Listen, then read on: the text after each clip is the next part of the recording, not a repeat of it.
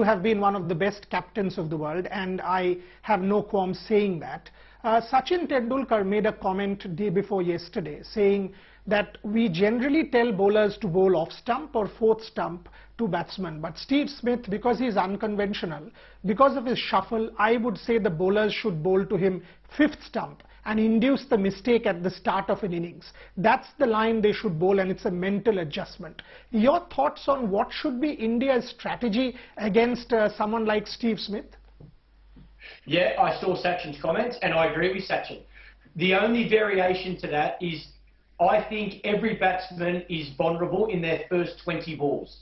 No matter how good you are, if you're Sachin Tendulkar, if you're Sir Donald Bradman, the best chance you have to get those batsmen out, the great batsmen, are the first 20 balls. So I'd be trying to get Steve Smith out and I'd be bringing in every single option of dismissal.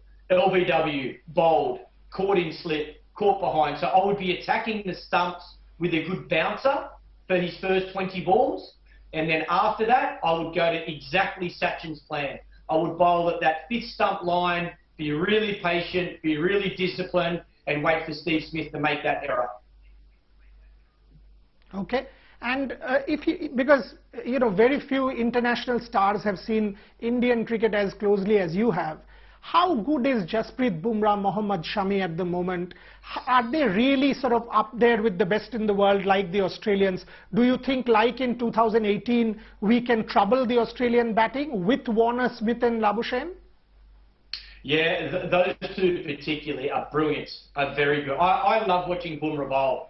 He's different, you know, he's just got a different action, he's got his own style, he's quick, and I think Mohammad Shami's class as well. He hits the seam, so he'll utilise the brand new ball in Australia, and he should utilise these conditions, a little bit of extra pace, a little bit of extra bounce than what he normally gets in India. So definitely, I think they can do a lot of damage to the Australian top order, and for India to win games, test matches, one days, win the series, they are going to need those two to be exceptional, to bowl really well. And then most importantly, the fieldsman, the Indian fielding needs to be spot on. If they hang on to every single chance they get, because they will get plenty of edges off those bowlers, they'll go a long way to winning a series. Okay. And what was also interesting in my conversation with Saurav Ganguly, who was on the same show, he said, look, I have no problems in saying that in bowling we will match Australia. It is about the batting. The batting needs to hold up. The batting needs to put scores on the board. Last time Cheteshwar Pujara stood up, 300s. You know, that's what is very, very important. Your thoughts on that? Yeah, I think that is right there. I think the batting in these conditions, once you get to 30 or 40 in Australia, it's as good a place to bat as anywhere in the world. But it's hard to get to 30 or 40. So I think they're going to have to rely heavily on their top four batsmen to set the tone, to get through the tough periods. If Pat Cummins, Josh Hazlewood, Mitchell Starc get a little bit of swing or a little bit of seam, they're going to have to let the ball go well, they're going to have to defend well. Once they get into their groove, then I think you'll see the Indian batters really capitalise, go on and make some big scores. But I think the top four are going to have to lead from the front for India, and they're going to have to find a way to take on this Australian attack. When Virat leaves, Michael, who would you get in that position? Is it KL Rahul, given the kind of form that he's in? All of us know that he has potential, but we really need him to deliver at the test level consistently. Who is the one who can replace Virat Kohli? I mean, if there is anybody who can replace Virat Kohli after he leaves.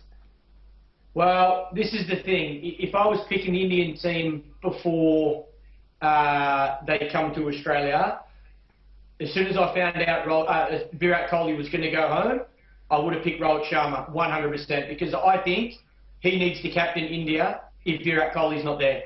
I think his captaincy, his leadership's outstanding. Once again, he shows that through the IPL. Another IPL win. I think he knows how to lead men, and I think he should be captain of India in any format if Virat Kohli is not there.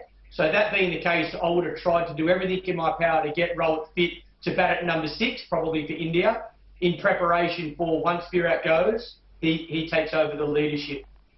But it's yeah, there's probably two sides to Virat. There's the captaincy side, and then who's going to bat in that number 4, that vital number 4 position. KL Rahul is very talented, there's no doubt about it. And I think, you know, he has experienced playing in these conditions before, so he can do it, definitely. Virat Kohli's boots can never be filled by anybody, but I think there's two sides there. Who's the right guy to take over the captaincy, and then who's the right guy to bat at number 4 in that position?